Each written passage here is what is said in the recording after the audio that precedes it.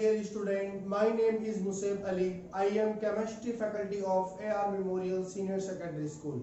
Student, हमने last lecture के अंदर ठोस अवस्था के प्रकार पढ़े थे।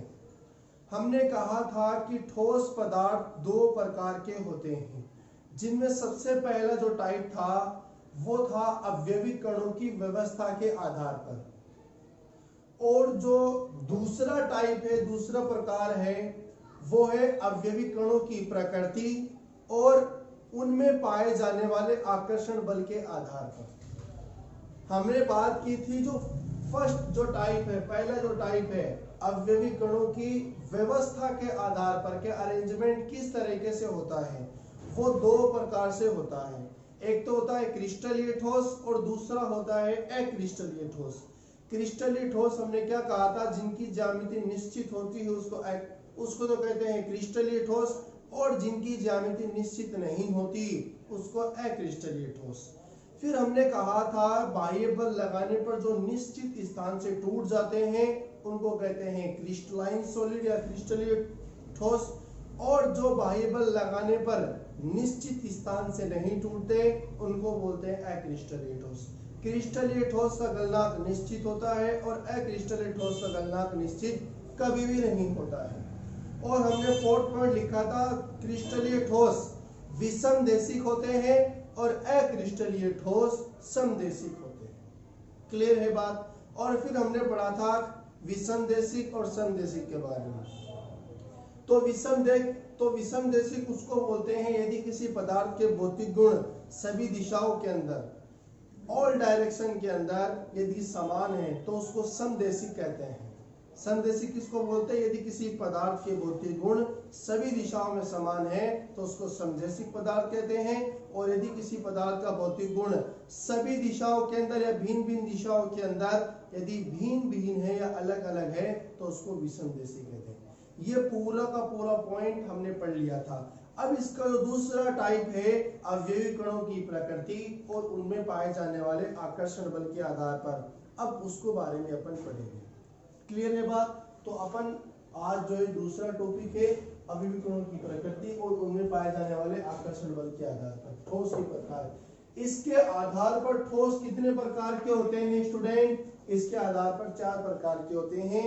हमने लास्ट लेक्चर के अंदर ये बात कही थी, जिनमें सबसे पहले होता है आयनिक ठोस, दूसरा सहसंयोजक ठोस, और तीसरा होता है धात्विक ठोस, और चौथा होता है आणविक ठोस। अब ये आणविक ठोस भी जो है वो 3 प्रकार से होता है, 3 प्रकार का होता है। इसके अंदर सबसे पहले अध्रुवीय आणविक ठोस, दूसरा है ध्रुवीय आणविक ठोस, और तीसरा क्या है, हाइड्रोजन बंधित आणविक ठोस। इन 3 के कोई भी टाइप नहीं होते हैं। आणविक ठोस जो है 3 प्रकार से होता है। क्लियर है बात। आप इसको जो है ना राइट कर लीजिए अपने नोटबुक में। अब स्टूडेंट इसका जो फर्स्ट टाइप है आयनिक ठोस, उसके बारे में पढ़ेंगे। तो ध्यान देना, आयनिक ठोस किसको बोलते हैं कि कोई भी पदार्थ जिससे मिलकर बना होता है ना, कोई भी पदार्थ जिससे मिलकर बना होता है, जैसे कोई पदार्थ आयन से मिलकर बना हुआ है तो जो ठोस पदार्थ बनेगा उसको आयनिक ठोस बोलेंगे। जिससे बना हुआ है उसका नाम उसके अकॉर्डिंग ही बोलेंगे। अब आयनिक ठोस है तो आपको पता है पदार्थ किससे मिलकर बना हुआ होगा, आयन से बना हुआ। क्लियर है बात। तो सबसे पहले क्या लिखेंगे, ऐसे ठोस जिनमें अवयविक कण क्या होते हैं, आयन होते हैं। यानी इसके अंदर अवयविक कण मतलब मैंने पहले बताया था अवयविक कण क्या क्या हो सकते हैं, आयन हो सकता है, अवयविक कण परमाणु हो सकते हैं, अवयविक कण अणु हो सकते हैं। क्लियर है। तो यहाँ पर आयनिक ठोस में अवयविक कण कौन होंगे, अवयविक कण मतलब आयनिक ठोस किन से मिलकर बना हुआ होगा, आयन के द्वारा मिलकर बना हुआ होगा। क्लियर है। अब आयन से बहुत सारे, जैसे आयनिक ठोस होता है NaCl हमने मान लिया, और ये होता है NaCl ही होता है। अब NaCl के अंदर Na+Cl- NaCl सोडियम क्लोराइड नमक होता है अपना साल्ट, उस साल्ट का फॉर्मूला होता है NaCl, जिसको अपन क्या बोलते हैं, सोडियम क्लोराइड। ये सोडियम क्लोराइड जो है आयनिक ठोस होता है। जो अपने घरों के अंदर नमक होता है वो कौन सा ठोस होता है, आयनिक ठोस होता है, क्योंकि उसके अंदर Na+Cl- आयन प्रेजेंट होते हैं। अब आयन्स तो है, अब उन आयन्स के बीच में कौन सा बल पाया जाएगा, आयनिक बंध पाया जाएगा। चाहे बल बोल दो चाहे बंध बोल दो, एक ही बात है। तो क्या होगा यहाँ पर आयनिक ठोस के अंदर आयनिक बंध पाया जाएगा। क्लियर है बात? तो यहाँ पर क्या है, ऐसे ठोस जिसके अंदर अवयवी कण क्या होते हैं, आयन होते हैं, और उन आयनों के बीच में क्या पाया जाता है, आयनिक बंध पाया जाता है। क्लियर है बात? तो उनको क्या बोलते हैं, उन्हें आयनिक ठोस कहते हैं। क्लियर है? अब दूसरा क्या है, आयनिक ठोस NaCl हमने कहा। अब आप NaCl को वाटर के अंदर डालो, क्या डिजोल्व होता है या नमक? बिल्कुल डिजोल्व होता है। तो अब आगे वाला पॉइंट क्या लिखेंगे कि आयनिक ठोस यानी NaCl क्या होता है, जल के अंदर घुलनशील होता है। घुलनशील का मतलब होता है डिजोल्व होना, घुलनशील होता है। क्लियर है? अब देखो नमक होता है, नमक को आप जो है पिघलाओ, यानी अपन ने एक बात की थी लास्ट लेक्चर के अंदर गलनांक के बारे में। तो गलनांक किसको बोलते हैं कि यदि कोई ठोस पदार्थ यानी जिस टेम्परेचर पर कोई ठोस पदार्थ द्रव पदार्थ के अंदर बदल जाता है उस टेम्परेचर को गलनांक कहते हैं। अब NaCl है, उसका मेल्टिंग पॉइंट या गलनांक कितना होता है, 801 केल्विन होता है, तो बहुत ज्यादा ही है। तो उसको देखते हुए अपन क्या बोलेंगे कि आयनिक ठोस का गलनांक बहुत ज्यादा होता है, बहुत अधिक होता है। तो तीसरा पॉइंट आप क्या लिखेंगे कि आयनिक ठोस पदार्थ इनका गलनांक उच्च होता है। ये पॉइंट क्या है, इनका गलनांक क्या होता है, उच्च होता है। उच्च मतलब बहुत ज्यादा हाई होता है, अधिक होता है। यानी NaCl का गलनांक कितना होता है, याद रखना आप, NaCl का गलनांक होता है 801 केल्विन। जब तक NaCl को 801 केल्विन नहीं मिलेगा, NaCl नमक अपना वो लिक्विड के अंदर चेंज नहीं होगा। क्लियर है? चलो अब देखो, एक बात की थी हमने लास्ट लेक्चर के अंदर कि जो अवयविक जो ठोस पदार्थ होता है ना, ठोस पदार्थ जो होते हैं उनके अंदर अवयविक कण बहुत पास पास में होते हैं। कहने का मतलब ये हुआ है अवयविक कणों के बीच में दूरी बहुत कम होती है, बहुत कम होती है। आप ऐसे समझो जैसे इस रूम के अंदर ना 50 आदमी आसानी से आ सकते हैं, और 50 आदमी इस रूम के अंदर एकदम बैठे हुए खड़े हुए, 50 आदमी इसके अंदर, क्या बताओ वो आदमी एक दूसरे से हिल सकते हैं क्या?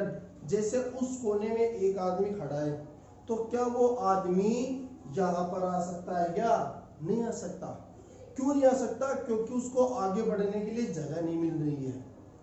अगर उसके अंदर 25 आदमी कर दे तो बहुत आसानी से वो आदमी, जो कोने वाला आदमी था, वो कहाँ आ सकता है, यहाँ पर आ सकता है। यानी जब पार्टिकल्स पास पास में होंगे ना, तो इलेक्ट्रॉन को आगे गति करने के लिए जगह नहीं मिलेगी।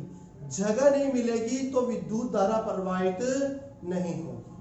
क्लियर है बात? तो आयनिक ठोस जो है ना, वो ठोस अवस्था के अंदर विद्युत के अचालक होते हैं। अ का मतलब होता है नहीं, चालक का मतलब विद्युत धारा प्रवाहित होना, यानी विद्युत धारा प्रवाहित नहीं होती है। क्या बोला? ठोस पदार्थ ठोस अवस्था के अंदर आयनिक पदार्थ ठोस अवस्था में विद्युत के अचालक होते हैं। क्यों होते हैं? क्योंकि आयनों को गति करने के लिए जगह नहीं मिलती है। जैसे यहाँ पर ठोस पदार्थ मान लो 50 आदमी हैं, 50 आदमी से एक आदमी वहां कोने में खड़ा है, उसको इस गेट के पास आना है तो वो नहीं आ सकता, क्योंकि गति करने के लिए जगह नहीं मिलेगी। क्लियर है? अब पिघली हुई अवस्था में हमने बात की थी, द्रव पदार्थ के अंदर कण थोड़े दूर दूर होते हैं। कण क्या होते हैं? थोड़े दूर दूर होते हैं। दूर दूर होंगे तो इलेक्ट्रॉन को आगे गति करने के लिए जगह मिल जाएगी। अब यहाँ से 25 आदमी को बाहर निकाल दिया अपन ने, अब 25 आदमी यहाँ पर बच गए। तो क्या वो आदमी यहाँ पर जो कोने में जो आदमी था, वो क्या यहाँ पर आ सकता है क्या? बिल्कुल आ सकता है। क्यों? क्योंकि उसको आगे गति करने के लिए जगह मिल जाएगी। क्लियर है क्या? बताओ। तो यही बात है कि आयनिक ठोस अवस्था के अंदर विद्युत के अचालक होते हैं, जबकि पिघली हुई अवस्था में या जलीय अवस्था के अंदर विद्युत के चालक होते हैं। क्यों चालक होते हैं? क्योंकि आयनों को गति करने के लिए जगह मिल जाती है। तो यहां से सवाल आ सकता है बहुत अच्छा कि आयनिक ठोस अवस्था में विद्युत के अचालक होते हैं, जबकि पिघली हुई अवस्था के अंदर विद्युत के चालक होते हैं। क्यों?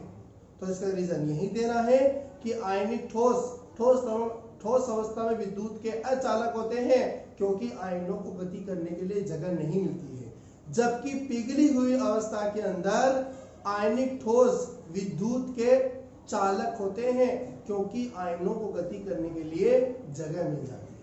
क्लियर है बात? तो नेक्स्ट पॉइंट ये लिखा हुआ है, तो ध्यान देना, आयनिक पदार्थ ठोस अवस्था में विद्युत के अचालक होते हैं क्योंकि आयनों को गति करने के लिए जगह उपलब्ध नहीं होती है, जबकि जलीय या पिघली हुई अवस्था में विद्युत के चालक होते हैं क्योंकि आयनों को गति करने के लिए जगह मिल जाती है।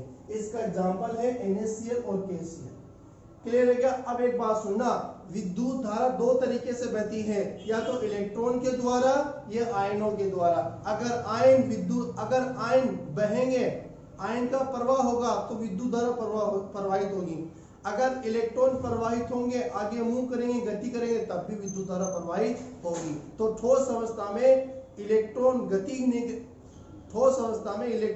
नहीं कर रहा है, गति नहीं करेगा तो विद्युत धारा प्रवाहित नहीं होगी। जबकि लिक्विड स्टेट में या पिघली हुई अवस्था में या द्रव अवस्था के अंदर इलेक्ट्रॉन को आगे गति करने के लिए जगह मिल जाती है, जिसकी वजह से विद्युत धारा प्रवाहित होती है। क्लियर है क्या बात? बताओ। चलो अब आप इसको जो है राइट कर लीजिए। अब स्टूडेंट, इसका दूसरा जो टाइप है, दूसरा जो प्रकार है, वो है सहसंयोजक ठोस। सहसंयोजक ठोस। अब इसके अंदर सबसे पहले तो अवयवीकरण की बात करते हैं कि अवयवीकरण क्या होता है। तो ध्यान देना, अवयवीकरण क्या होते हैं? यहाँ पर एटम क्या होते हैं? परमाणु। क्लियर है क्या? बताओ, अवयवीकरण क्या होते हैं? यहाँ पर परमाणु होते हैं और उन परमाणु के बीच में हमेशा सहसंयोजक बंध पाया जाता है। तो अपन क्या पढ़ रहे हैं? सहसंयोजक ठोस। तो इस नाम के अकॉर्डिंग ही इसमें बंध पाया जाएगा। क्लियर है क्या? बताओ। तो सबसे पहला पॉइंट क्या है? ऐसे ठोस जिनमें अवयवीकरण क्या होते हैं? परमाणु होते हैं, और उन परमाणु के बीच में कौन सा बंध पाया जाता है? सहसंयोजक बंध पाया जाता है। क्लियर है क्या? बताओ। और आगे क्या है? सहसंयोजक बंध पाया जाता है जिसे सहसंयोजक ठोस पाया जाता है, सहसंयोजक ठोस कहलाता है। यानी जिसके अंदर अवयवीकरण परमाणु होते हैं और उन परमाणुओं के बीच में सहसंयोजक बंध पाया जाता है, उसको क्या बोलते हैं? सहसंयोजक ठोस कहते हैं। ठीक है। अब ये विद्युत के अचालक होते हैं, ये भी क्या होते हैं? विद्युत के अचालक होते हैं। लेकिन ग्रेफाइट सहसंयोजक ठोस होते हुए भी विद्युत के चालक होते हैं क्योंकि इनमें मुक्त इलेक्ट्रॉन पाया जाता है। यानी ग्रेफाइट, सबसे पहले सुनो, यानी सहसंयोजक ठोस विद्युत के अचालक होते हैं। जितने भी एग्जाम्पल जब इसकी खोज हुई थी ना, बहुत सारे एग्जाम्पल मिले, जैसे फॉर एग्जाम्पल हीरा है और फ्लोरीन वगैरह है, सिलिकॉन कार्बाइड, ये सारे के सारे विद्युत के अचालक थे। तो इस अचालक को देखते हुए यहाँ पर एक स्टेटमेंट लिख दिया कि सहसंयोजक ठोस विद्युत के अचालक होते। तो ये बात एकदम राइट हो गई। लेकिन जब ग्रेफाइट की खोज हुई थी ना, तो उसके अंदर भी परमाणु थे और उन परमाणुओं के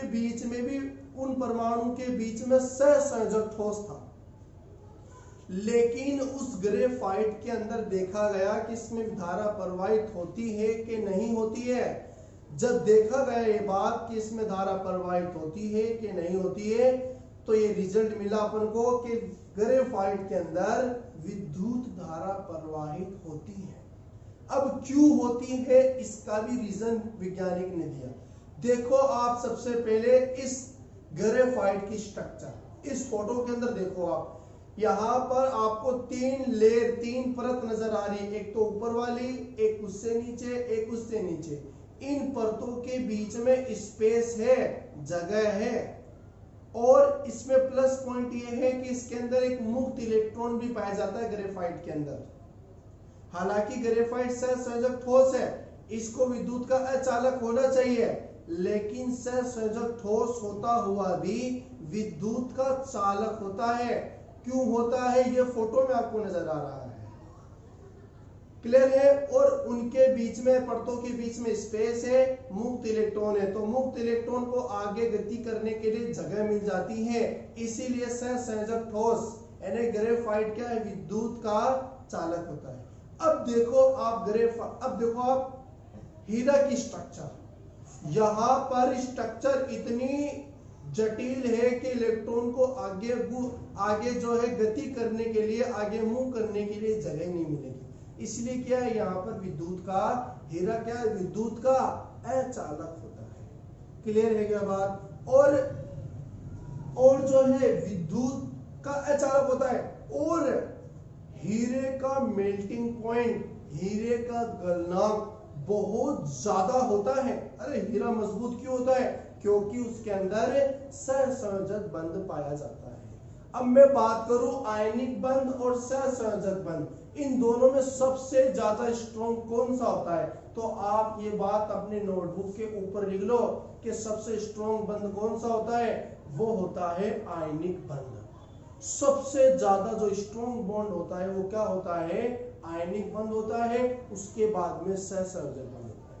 क्लियर है क्या बात। तो देखो यही बात लिखी हुई है, ये विद्युत के, ये मतलब सहसंयोजक ठोस विद्युत के अचालक होते हैं, लेकिन ग्रेफाइट सहसंयोजक ठोस होते हुए भी विद्युत का क्या होता है, चालक होता है, क्योंकि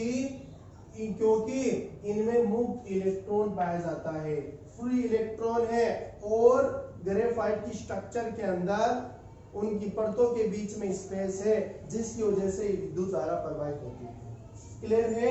और इनका गलनांक क्या होता है, बहुत ज्यादा ही अधिक होता है। एग्जांपल हीरा, graphite, silicon carbide. Silicon carbide का फॉर्मूला है SiC, और हीरा कार्बन हाइड्रोजन से मिलकर बना होता है, ग्रेफाइट भी कार्बन और हाइड्रोजन से मिलकर बना हुआ है। क्लियर है क्या, बताओ, इसको नोट कर लीजिए। अब इसका तीसरा टाइप है धात्विक ठोस।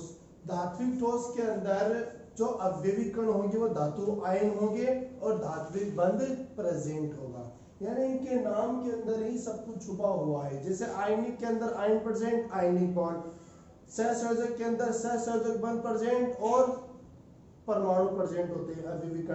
अब यहाँ पर क्या है, ऐसे ठोस जिनमें अवयविक कण क्या होते हैं, धातु आयन होते हैं, और उनके अंदर धात्विक बंध पाया जाता है। अब आपको पता है धातु और धातु के अंदर क्या इलेक्ट्रिसिटी, विद्युत धारा प्रवाहित होती है क्या धातु के अंदर करंट फ्लो होता है, बिल्कुल करंट आता है धातु के अंदर, तो क्या है, विद्युत के चालक होते हैं, ये विद्युत का चालक होते हैं, क्योंकि इनके अंदर क्या है, मुक्त इलेक्ट्रॉन पाए जाते हैं। अब एग्जांपल कौन कौन से यहाँ पर, जैसे Cu है, Cu मतलब कॉपर, जैसे कॉपर के बर्तन होते हैं ना, वो धातु होता है, धात्विक ठोस होते हैं। Ag सिल्वर, चांदी, वो भी धात्विक ठोस होती है। Au सोना, और हम बोलते हैं इसको गोल्ड, Au वो भी धात्विक ठोस होती है। Fe आयरन, वो भी धात्विक ठोस होती है। लोहा जिसको बोलते हैं, लोहे का सूत्र क्या होता है, सॉरी लोहे का फॉर्मूला क्या होता है, Fe होता है। एल्यूमिनियम Al, ये सारे के सारे क्या होते हैं, धात्विक ठोस होते हैं, तो इसको राइट कर लीजिए। अब स्टूडेंट इसका फोर्थ टाइप है आणविक ठोस। अब आपको पता है यहाँ पर अवयविक कण क्या होंगे, अणु होंगी, तो आणविक से क्या मतलब समझ रहे हो आप, अणु समझ रहे हो, ठीक है ना। तो इससे ठोस जिनके अंदर अवयविक कण क्या होते हैं, अणु होते हैं, और इनके अंदर दुर्बल अंतर्वाणिक आकर्षण बल पाया जाता है। आपको इनके अंदर क्या क्या करना है, अवयविक कण क्या होते हैं और बल क्या प्रेजेंट होता है, कौन सा बंध प्रेजेंट होता है, वही चीज आपको याद करना है। क्लियर है क्या, बताओ। अब यहाँ पर क्या, ये 3 प्रकार के होते हैं, तो अपन अब 3 प्रकार के बारे में डिस्कशन करें। अब जो आणविक ठोस जो 3 प्रकार के होते हैं, जिसके अंदर फर्स्ट टाइप जो है वो है अध्रुवीय आणविक ठोस। अब सारा का सारा अवयविक कण बंध हम कहां से निकाल के लेके आ रहे, उसके नाम के अंदर से निकाल के लेके आ रहे, तो इसका नाम है क्या, अध्रुवीय अणु, अध्रुवीय आणविक ठोस है, तो इसमें अवयविक कण क्या होगा, अध्रुवीय अणु होगा। क्लियर है। तो यहाँ पर मैंने डायरेक्ट लिखा है, आप लिख लें इसके अंदर या इस प्रकार के आणविक ठोस में अवयवी कण अध्रुवीय अणु होते हैं और उन अध्रुवीय अणु के बीच में कौन सा बल पाया जाता है? लंदन बल पाया जाता है। अब अध्रुवीय आणविक ठोस कौन कौन से होते हैं? जैसे ये होता है क्या? Iodine I2Cl2 Ar, krypton, xenon, radon, ये सारे के सारे क्या होते हैं? अध्रुवीय आणविक ठोस होता है। और इनके बीच में जैसे आयोडीन है अपने पास में 2 आयोडीन, इस आयोडीन के बीच में जो बल या जो बंध प्रेजेंट होता है वो कौन सा बल प्रेजेंट होता है? लंदन बल प्रेजेंट होता है। क्लियर है क्या? बताओ। अब दूसरा टाइप है ध्रुवीय आणविक ठोस। अब इसमें अवयवी कण क्या होंगे? बिल्कुल ध्रुवीय ही होंगे। तो इसमें क्या है? अवयवी कण ध्रुवीय अणु होते हैं और बल इनके अंदर डिफरेंस होता है, इसीलिए 3 टाइप के होते हैं, याद रखना बात आप ये। तो बल क्या है यहाँ पर? द्विध्रुव बल पाया जाता है। क्लियर है क्या? डायपोल बोलते हैं इसको। डायपोल मतलब द्विध्रुव बल पाया जाता है ध्रुवीय आणविक ठोस के अंदर। अब यहाँ पर एग्जांपल क्या है? HCl सॉलिड फॉर्म के अंदर होना चाहिए, जैसे ये H और Cl सॉलिड फॉर्म में है। अगर बात करें इन हाइड्रोजन और क्लोरीन के बीच में कौन सा बल पाया जाता है? तो द्विध्रुव बल पाया जाता है। क्लियर है क्या? SO2 के अंदर भी द्विध्रुव बल पाया जाता है और CHCl3 क्लोरोफॉर्म बोलते हैं, CHCl3 क्लोरोफॉर्म, इस क्लोरोफॉर्म के अंदर भी ध्रुवीय आणविक बल पाया जाता है। क्लियर है? अब इसके तीसरा टाइप है आणविक ठोस के अंदर हाइड्रोजन बंधित आणविक ठोस। इसके अंदर अवयवी कण क्या होंगे? बताओ। हाइड्रोजन अणु होंगे, या सॉरी, इसके अंदर अवयवी कण क्या होंगे? ध्रुवीय अणु होंगे, यानी ऊपर वाला ही कण इसके अंदर प्रेजेंट होगा। बंध क्या प्रेजेंट होगा? बस नाम के अकॉर्डिंग बंध बोल देंगे कि हाइड्रोजन बंध प्रेजेंट होगा। क्लियर है क्या? बताओ। अब कौन कौन से एग्जांपल जिसके अंदर हाइड्रोजन बंध पाया जाता है? जैसे H2O है, NH3 है। H2O क्या बोलते हैं? बताओ। जल, वाटर, और NH3 अमोनिया। क्लियर है? और HF हाइड्रोजन फ्लोराइड बोलते हैं। अब सवाल आता है हाइड्रोजन बंध किन किन के अंदर पाया जाता है? तो आप देखो, नोट कर लो ये बात नोट के अंदर कि हाइड्रोजन बॉन्ड किस किस में पाया जाता है? फ्लोरीन के अंदर, क्लोरीन के अंदर और ऑक्सीजन के अंदर पाया जाता है और नाइट्रोजन के अंदर पाया जाता है। फ्लोरीन के अंदर, क्लोरीन के अंदर, ऑक्सीजन के अंदर, नाइट्रोजन के अंदर क्या है? हाइड्रोजन बॉन्ड बनाते हैं, इनके अंदर प्रेजेंट होता है। क्लियर है क्या? बताओ सारी की सारी चीजें। ये टॉपिक कंप्लीट हो गया है। आज के लिए हम इस लेक्चर के अंदर इतना ही पढ़ेंगे। अब आगे का जो लेक्चर है बहुत इंपॉर्टेंट लेक्चर है, क्रिस्टल लैटिस या क्रिस्टल जालक उसको बोलते हैं, उसके बारे में डिस्कशन करेंगे। क्लियर है? आपको जो भी अगर प्रॉब्लम आए तो आप जो है कमेंट के थ्रू या जो है हमारे व्हाट्सएप नंबर जो है डिस्क्रिप्शन के अंदर है, उसके थ्रू आप जो है अपनी प्रॉब्लम को सोल्व कर सकते हैं। और जो भी आपको प्रॉब्लम आए ना या वीडियो के अंदर जो भी आपको कमी लगे तो प्लीज आप जो है कमेंट के थ्रू उस प्रॉब्लम को बताएं ताकि हम उसको सोल्व कर सकें। ठीक है? Thank you very much.